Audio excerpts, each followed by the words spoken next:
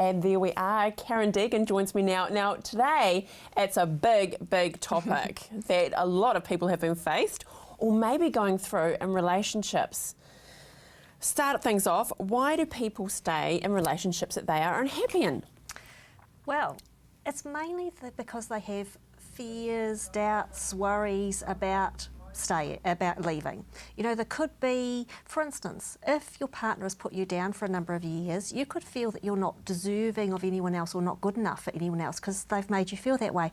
Or we can make ourselves feel that way. Sometimes we can be harder on ourselves than anyone ever can. You know, we can have these thoughts in our head that make ourselves feel not good enough. We could have fears around leaving because change is huge, isn't it? Yeah, well, it is. And especially the longer we've been in a relationship, the harder the change gets. So it's really, people stay because they have limiting beliefs often about themselves and perhaps negative expectations about how hard it might be, and also emotions are in the way. I'll give you an example of that. A man sent his girlfriend to me once. He was hoping to make her his fiancée, and he said to me, he said to me, she's got a fear of commitment, can you help her? And I said, well, you know, yes I can. So anyway, she comes, ask her after a bit of questioning, turns out she hasn't got a fear of commitment, she's got extreme guilt over leaving him, which is what she actually wants to do. I know, that's awkward. But the thing is, the person in front of me is my client, and I have to do what's right for them regardless of who's paying. And I actually get the situation a lot. Someone else will pay for someone to come. The person in front of me is my client. She got what she needed, i.e. the guilt was cleared. She left him. Oh, Karen! Oh my goodness. Jeepers creepers. Yeah, and you know, that happens a lot where people feel guilt. I remember another client I had, she'd been in the same marriage for 20 years, and whenever she came for a session, she was complaining about him all the time and saying all these things that she didn't like, and I could see she was miserable. And I said to her, why are you actually, you know, staying in this relationship? And she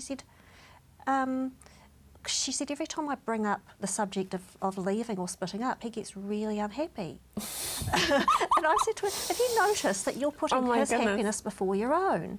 And she said, oh, I hadn't thought of that. And I said, why do you think you're doing that? What's your job in this relationship?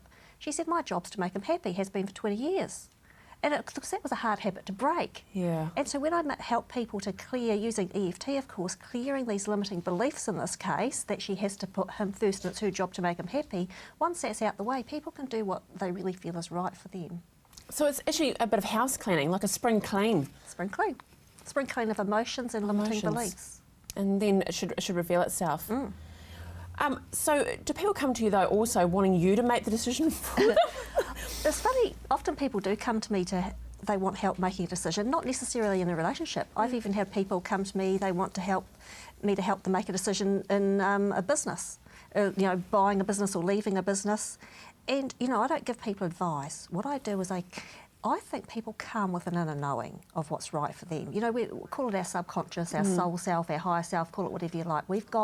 There's a part of us that already knows the answer. Right. But normally we have no idea what the answer is because it's clouded with emotions, clouded with fears, clouded with limiting beliefs. And when I clear those out the way, like that lady who had the guilt over leaving, we clearly know, without me giving anyone advice, what the right thing is. What's a tip for us then in a relationship from Karen Degen?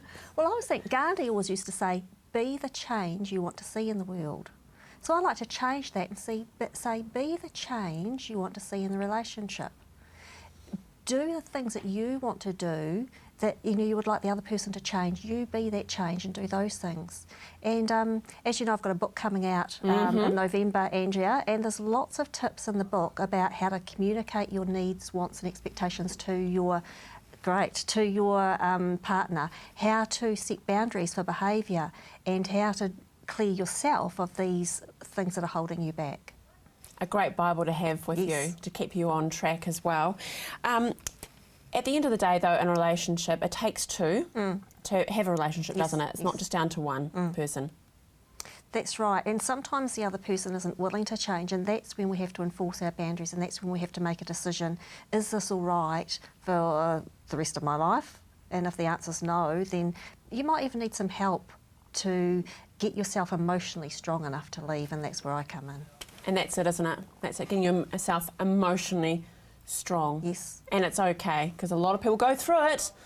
Don't they? They do, They're not abnormal. unfortunately. Good on you, Karen. That's Set Free with EFT, emotional freedom techniques. You can call Karen on 03 332 0526. Wonderful website, very, very interactive. Setfree.co.nz. Some great tips from Karen. Thank you so much, sweetheart.